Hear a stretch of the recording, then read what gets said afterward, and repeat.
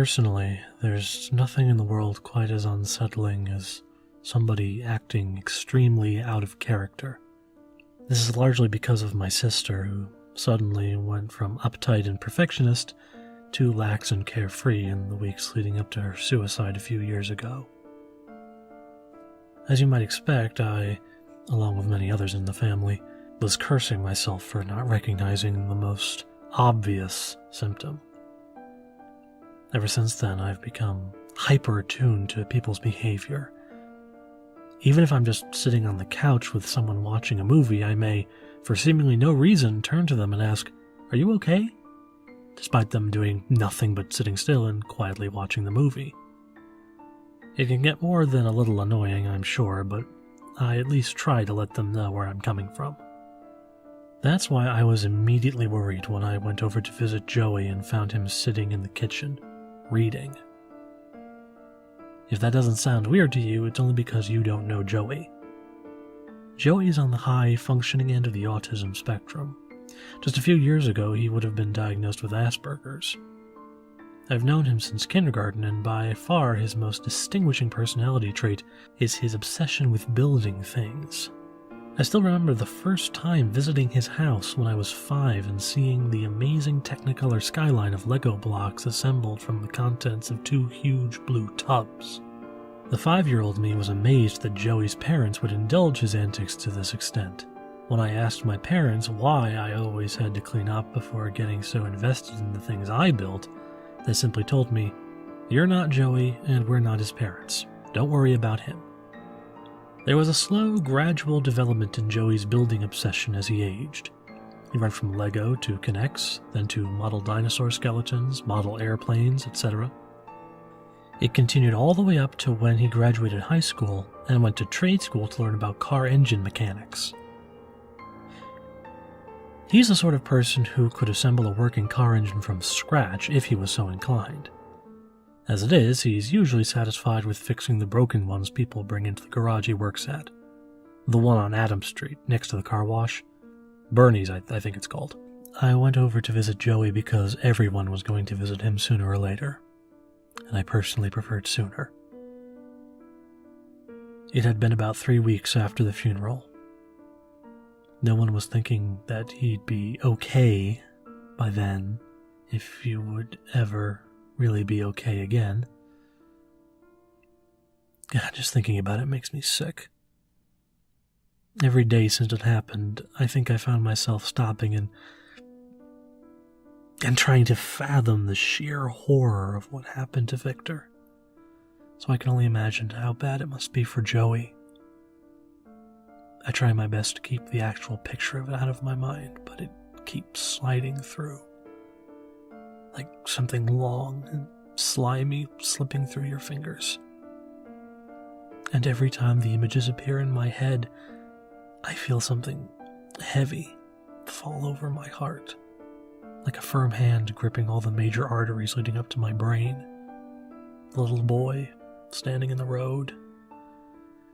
The blaring horn of the RV followed soon, but you get the idea. I would have been very comforted if I had found Joey sitting at the table, putting together a 1,000-piece jigsaw puzzle or fiddling with a birdhouse or something like that. Probably with some classic rock playing in the background. Instead, I found him sitting alone in the kitchen with just enough light for him to see the words on the pages in front of him. They wouldn't even open the door for me, instructing me to enter by text. The house was so quiet that the deep thud of my boots against the tiled floor was practically deafening, as was the ruffling and shuffling of the wrinkles in my coat. When I joined him at the kitchen table, he didn't look up at me and only mumbled a quiet, "Hey," at me when I took my seat. I sat across from him as the 2 seats beside him were covered with piles of books. I didn't want to ask him how he was doing because that was plain enough to see, and nobody likes redundancy. When I took it upon myself to get a beer, I opened up the fridge to find it fully stocked with unopened packages of food and containers of juice and milk, some of which had already expired. I took my beer, but I couldn't bring myself to drink, instead settling on a pair of muddy boots sitting by the door to the garage. I had no clue what to say. Really, I just wanted to cry. And to reassure him that everything would be alright in the end, but that just sounded hollow and callous in my mind. I jumped in my seat as I heard something above me. A loud thud on the second floor over the kitchen. Several of them, in fact. I wasn't the only one who was startled. Joey sat up straight and looked at the ceiling with wide eyes. After a few moments, he said to me, "Sorry. I got a cat a few days ago. The shelter told me to keep her upstairs, away from people until she's adjusted to her new surroundings. She's old and sensitive." Some of his words shook slightly as he spoke. I nodded and said, "I think that's a good idea." Before I could say anything else, he had already gone back to the book. "Say, Joey," I began tentatively, "do you want to go out, get something to eat, maybe see a movie?" "I don't think I should," he said, eyes still fixed on the page. "I'm just worried about Sandy, my cat. I don't want to leave her alone. She's still adjusting. She's very sensitive." "Uh-huh," I said, nodding. I was really hoping I'd be able to get him out of the house to keep him from isolating too much. But I suppose if he was really invested in the cat, that might not be too bad. A sudden personal commitment to another living thing is usually a good sign in cases of depression. At the very least, it significantly reduces the odds they'll commit suicide anytime soon. I said to him, "Okay, Joey, if you're sure, but just remember that I'm always here for you. And Sarah's always here for you, and Tommy, and Kunal, and, you know." "I know," he said almost tediously. "Is there anything I can do for you?" I asked tentatively. From what I could tell, he did seem to at least consider this proposal. He even opened his mouth as if to say or ask something, but quickly closed it again. "No, I'm fine, thanks."